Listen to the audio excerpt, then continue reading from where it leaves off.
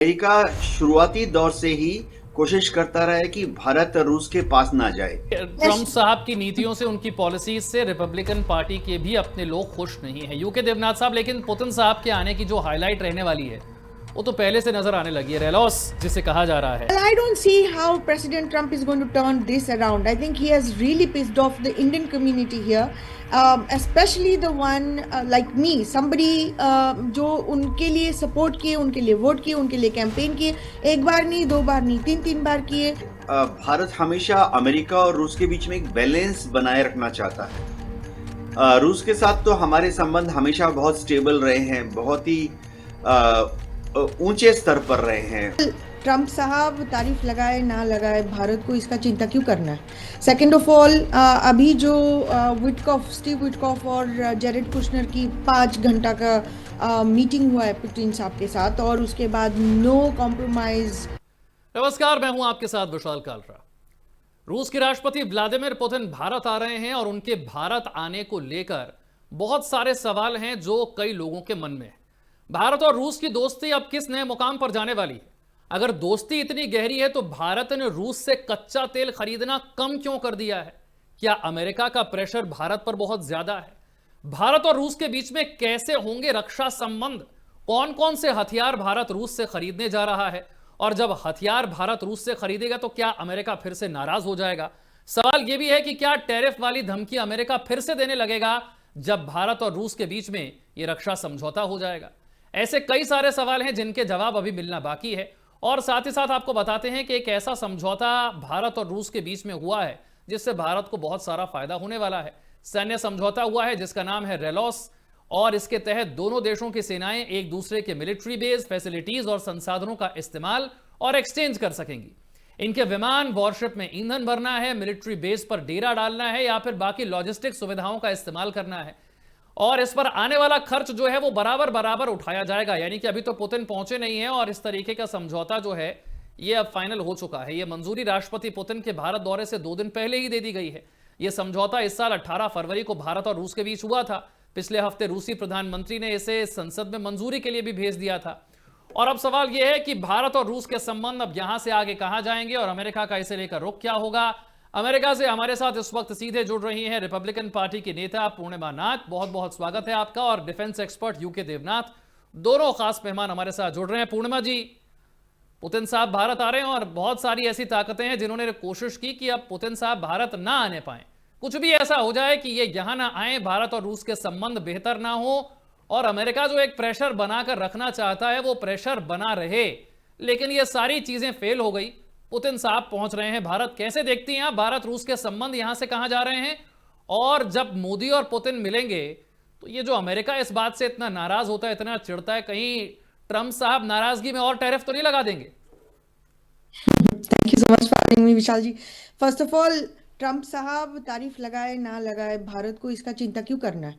Second of all, अभी जो Steve Witkoff और जेरेड कुशनर की 5 घंटा का मीटिंग हुआ है पुतिन साहब के साथ, और उसके बाद नो कॉम्प्रोमाइज आया है। Obviously cease fire is crushed at this point of time. आपको पता है कि जेरेड कुशनर जो है वो प्रेसिडेंट ट्रंप के रिलेटिव है, बेटी की वो दामाद है उनके, लेकिन उनका कोई ऑफिशियल रोल नहीं है उनके एडमिनिस्ट्रेशन में। आपको देखो, आप इंडिया में हम करप्शन की बात करते हैं, हमने देखा है डायनेस्टिक रूल में कैसे परिवार के लोगों को पोजीशन दिया जाता था, वो कैसे बिजनेस बनाते थे, कैसे पैसा बनाते थे। जब पकड़ा जाते थे, पाइप के अंदर से पैसा आता था, मैट्रेस के अंदर से पैसा आता था, सिंदूकों के भरे हुए पड़े रहते थे, गोडाउन भरा रहता था उनके पैसों से। तो unfortunately speaking, in this particular case it's such an important issue of the world.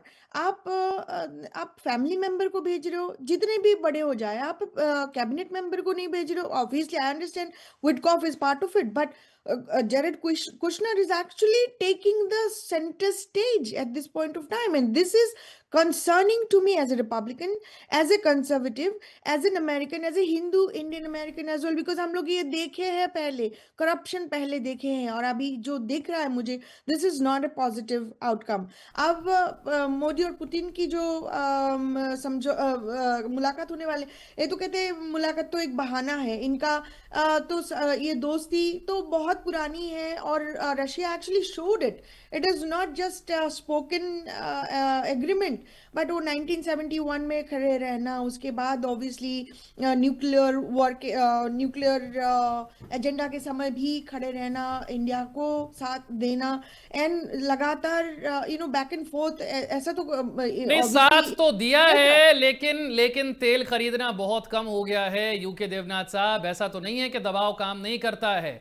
अब तो ये कहा जा रहा है कि अब तक का सबसे कम तेल खरीद जो है वो रूस से आप कर रहे हैं। हालांकि फिर भी ये कम भी बहुत ज्यादा है। अगर इसे आप देखें कि कितनी बड़ी मात्रा में आप तेल खरीदते हैं, रूस से बहुत बड़ी मात्रा में खरीदते हैं, लेकिन ये अमेरिका के दबाव के बाद कम तो हुआ है। और अपनी जरूरत का 10% गैस खरीदने का फैसला भारत ने अमेरिका से भी किया है। तो अमेरिकी दबाव काम तो करता है, रूस आपका कितना भी पुराना दोस्त क्यों ना हो। यूके देवनाथ साहब। विशाल जी, जाहिर बात है कि भारत हमेशा अमेरिका और रूस के बीच में एक बैलेंस बनाए रखना चाहता है। रूस के साथ तो हमारे संबंध हमेशा बहुत स्टेबल रहे हैं, बहुत ही ऊंचे स्तर पर रहे हैं। 1950 के दशक की बात है जब बोकारो स्टील प्लांट और भिलाई स्टील प्लांट रूस की मदद से ही बनाए गए थे। 1962 के बाद रूस ने हमें मिग 21 विमान सप्लाई किए। जहां तक अमेरिका की बात है, देखिए भारत दोनों देशों के बीच में बैलेंस कैसे बनाएगा। अमेरिका की, डोनाल्ड ट्रंप की कुछ पर्सनल एम्बिशंस हैं। वो अमेरिका में जो अपने रिपब्लिकन पार्टी सपोर्टर्स हैं उनको शायद पूर्णिमा जी भी रिपब्लिकन पार्टी से ही हैं। डोनाल्ड ट्रंप दिखाना चाहते हैं अमेरिका की आम आवाम को और खासतौर से रिपब्लिकन पार्टी सपोर्टर्स को कि उनके समय में अमेरिका ने दुनिया की नब्ज को और तेजी से पकड़ लिया। तो भारत के ऊपर 25% टैरिफ, बाद में रूस से भारत कच्चा तेल आयात करता है बोलकर 25% और टैरिफ, टोटल 50%। क्या भारत अमेरिका के दबाव में आकर अभी रूस से कच्चे तेल का आयात कम कर रहा है? इसके लिए 2-3 चीज मैं बताना चाहता हूं दर्शकों को। देखिए, पहली चीज तो है कि शुरुआती दौर में, आज से 3 साल पहले, आज से 2 साल पहले, रूस का जो कच्चा तेल था प्रति बैरल काफी सस्ता था। वो पश्चिम एशिया का जो क्रूड बास्केट है, ब्रेंट ऑयल क्रूड बास्केट, उसमें पर बैरल रूस का कच्चा तेल करीबन 4 से 6 डॉलर प्रति बैरल कम पड़ता था।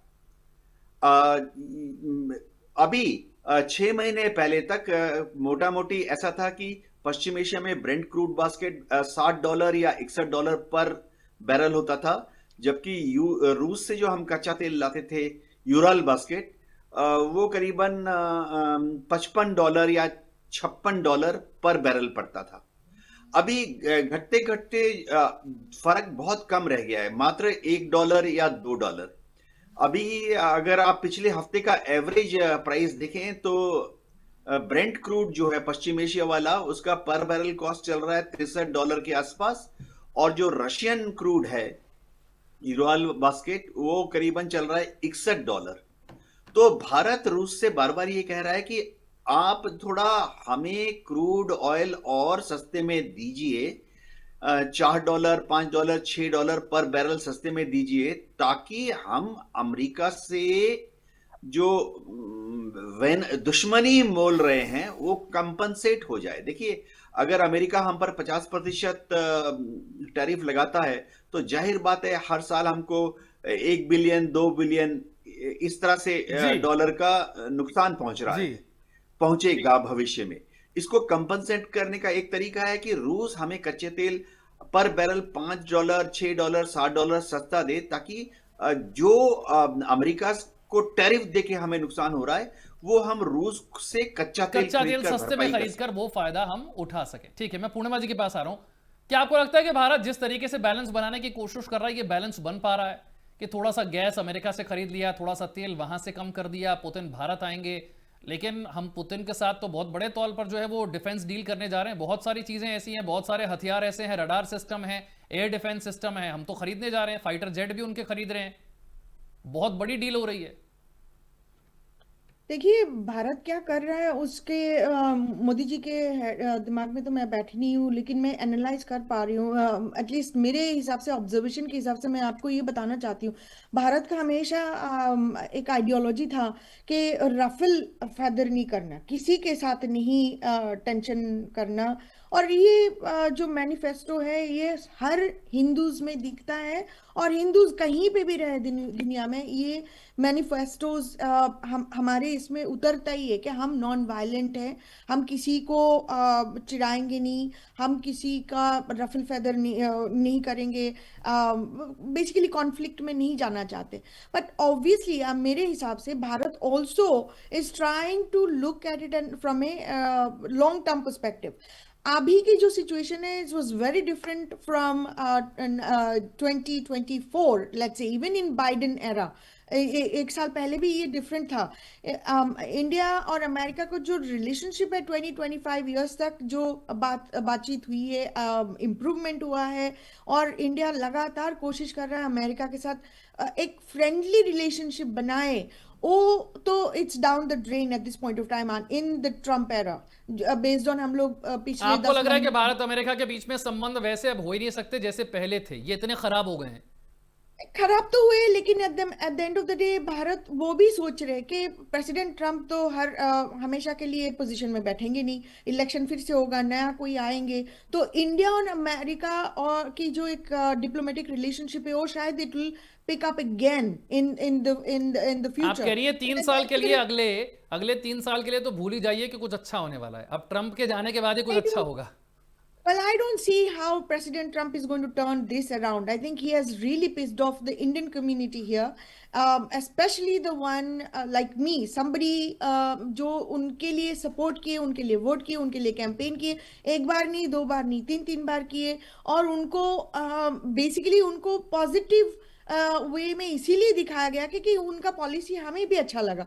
तो ये obviously we were tied to him, and Republican party में for me, somebody like me जो पॉलिटिक्स का पी भी नहीं जानता था और पॉलिटिक्स में आने का कोई एजेंडा भी नहीं था जिंदगी की, अब मैं जो पॉलिटिक्स में बात करती तो प्रेसिडेंट ट्रम्प को मैं थैंक यू उसीलिए कहना चाहती कि because of him I am in politics, because of him I am actually a Republican, because of him I came and I have been researching from since then actually हो क्या रहा है। But so the idea is that President Trump का सब कुछ सही है और हमें रिपब्लिकन होने के नाते उसके बाउ डाउन करना चाहिए, और जो भी पॉलिसी, जो भी ट्वीट, जो भी ट्रूथ उनके सोशल मीडिया से आता है हमें उसको हा हा करते जाना है। This is something that I don't नहीं, आप साफ तौर पर कह रही हैं कि ट्रंप Yes. साहब की नीतियों से, उनकी पॉलिसीज से रिपब्लिकन पार्टी के भी अपने लोग खुश नहीं है। यूके देवनाथ साहब, लेकिन पुतिन साहब के आने की जो हाईलाइट रहने वाली है वो तो पहले से नजर आने लगी है। रेलॉस जिसे कहा जा रहा है, ये रेलॉस को लेकर मैं आपसे पूछना चाहूंगा, reciprocal exchange of logistics support,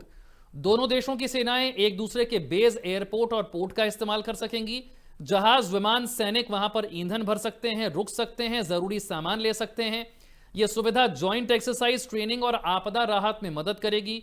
इससे भारत और रूस का सैन्य सहयोग और मजबूत होगा। खर्च दोनों देश मिलकर उठाएंगे, युद्ध के समय बस इसे इस्तेमाल आप नहीं कर सकते हैं। क्या है ये रेलॉस, और दुनिया के बाकी देशों को क्या इसके बारे में ज्यादा सोचने की, सीरियस होने की जरूरत है?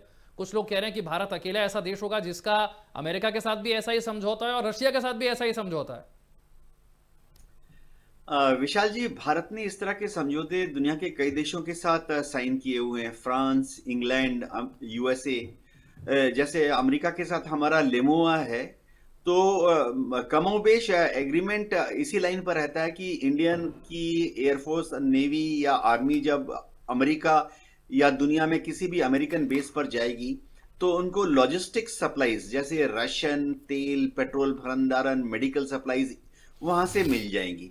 इस तरह से अगर अमेरिका का, उनके एयरफोर्स का कोई जहाज भारत में आता है, उनकी कोई शिप हमारे हार्बर में आती है या अमेरिकन यूनिट इंडिया में ट्रेनिंग के लिए आती है, तो उनका जो लॉजिस्टिक्स सप्लाई है, तेल, राशन, मेडिकल सपोर्ट, ये सब भारत अमेरिका को देता है।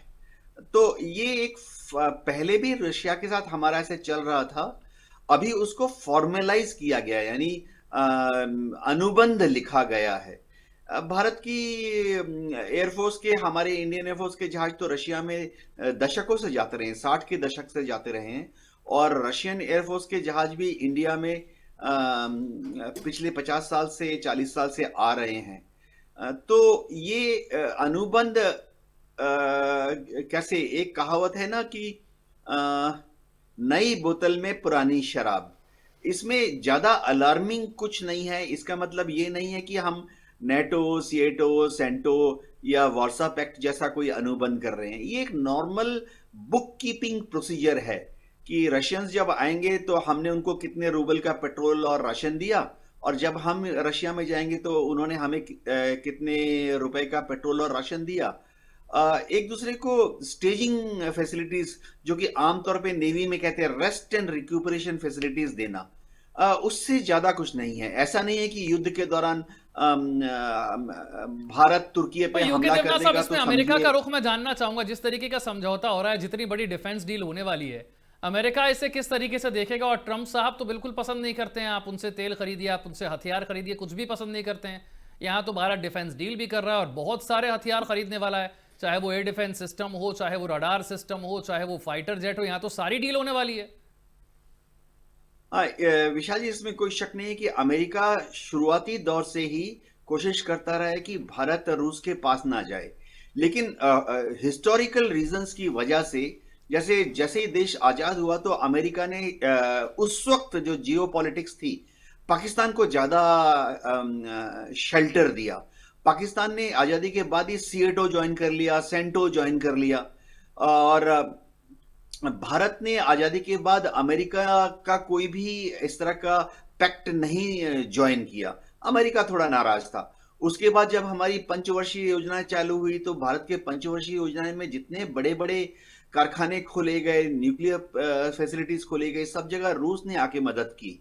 तो अमेरिका हमेशा से थोड़ा नाराज रहता है। अब दिक्कत ये आ रही है कि भारत रूस के पास क्यों सरक गया, ये समझना पड़ेगा। शुरुआती दौर में अगर हम देखें 1971 में जब भारत और पाकिस्तान का टेंशन हुआ तो अमेरिका ने बेवजह, मैं कहूंगा, सेवेंथ फ्लीट को बे ऑफ बंगाल में भेज दिया। अब उनकी क्या मंशा रही थी ये तो किसी को आज तक समझ नहीं आया, लेकिन भारत नाराज हो गया, इसमें कोई शक नहीं है।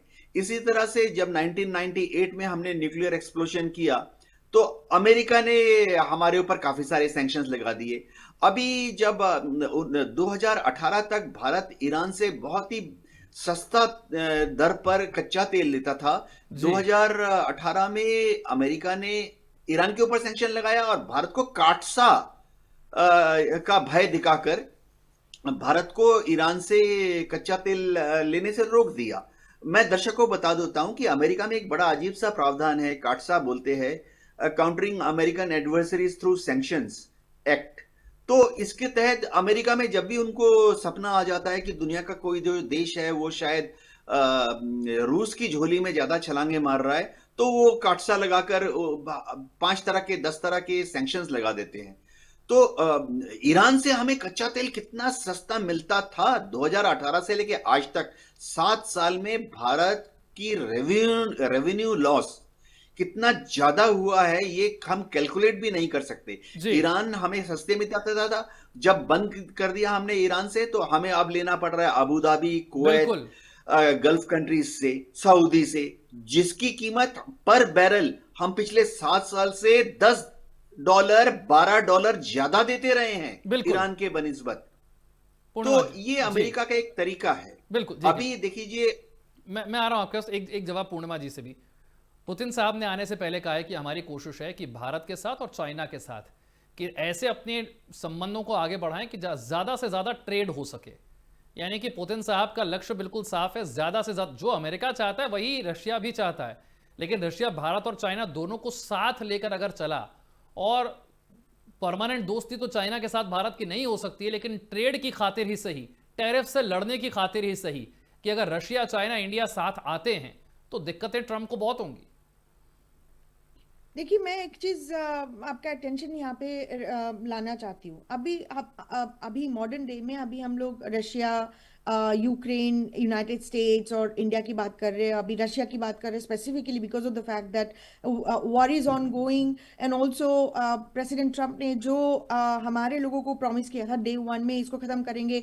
उन्होंने ये ब्रैग भी किया था कि दोनों leader actually respects him so much that day 1 में वो खत्म कर देंगे। अभी 11 month is going on, nothing really happened and it is a biggest defeat of president Trump unfortunately. मेरे पार्टी की भी डिफीट है, इन्हें मैं एक्सेप्ट इसलिए करती हूँ कि ये पॉलिटिक्स मेरे लिए पब्लिक सर्विस है और किसी और के लिए पॉकेट सर्विस भी हो सकती है, लेकिन मेरे लिए वो है नहीं। लेकिन मैं मेरा अटेंशन आपको एक चीज़ बताना चाहती हूँ, ये जो आप कह रहे हो कि अमेरिका को क्या अच्छा लगेगा क्या अच्छा नहीं लगेगा उसके ऊपर इंडिया को डिसीजन लेना है।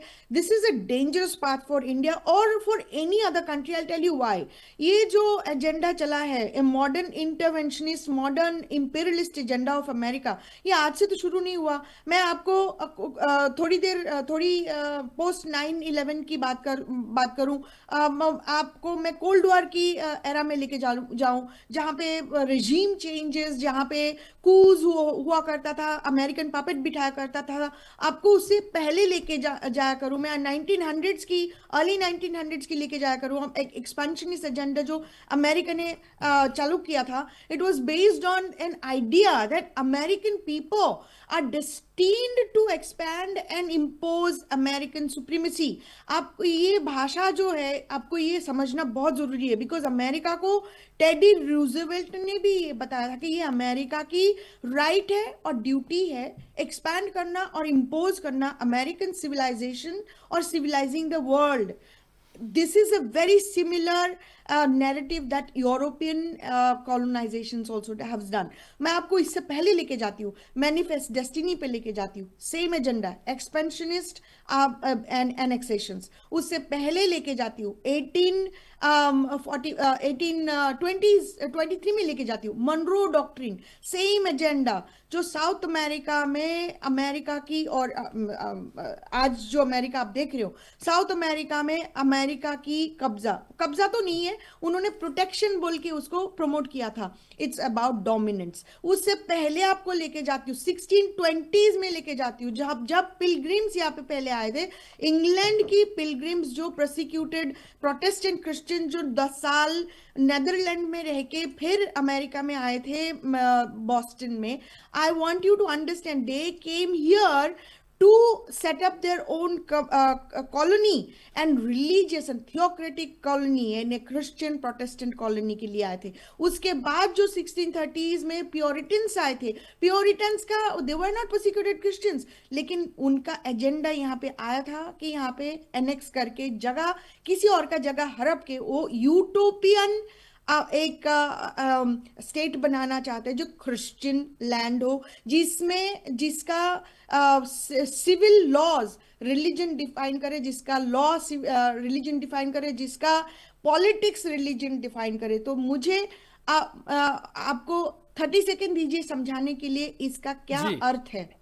ये जो कॉलोनाइजेशन, जो यूरोपियन कॉलोनाइजेशन है, जो इंडिया में भी चालू था, इंडिया में भी डोमिनेंट था, इंडिया को भी रूल किया था, हिंदूज को भी मारा था, that is the same ideology that manifested in America. So आज जो प्रेसिडेंट ट्रम्प कह रहे कि रशिया की ऑयल इंडिया नहीं खरीद सकता और हम इंडिया की कंपनी को सैंक्शन लगा देंगे, this is the truth, it's already been done. अब वेनेजुएला के साथ आप बिजनेस नहीं कर सकते हो, ईरान के साथ बिजनेस नहीं कर सकते हो, रशिया के साथ बिजनेस नहीं कर सकते हो। भाई अमेरिका कौन होता है आपको दादागिरी करने के लिए कि आप किसके साथ बिजनेस करो या ना करो? आप बिजनेस भी ना करो, आपकी मर्जी है, आप नेशनल सिक्योरिटी आपकी देखो। At this point of time sir, today there is no friend for Hindus, there is no friend for India. If this particular truth is not understood by India, I don't know। ये भारत के जागने का समय है और भारत को अपने फैसले, अपने विदेश नीति खुद तय करनी होगी, दुनिया के बाकी देशों पर निर्भर नहीं होना होगा। बहुत बहुत शुक्रिया, वक्त इतने की इजाजत देते, बहुत शुक्रिया यूके देवनाथ साहब, पूर्णिमा नाथ जी हमारे साथ जुड़ने के लिए। छोटा सा ब्रेक।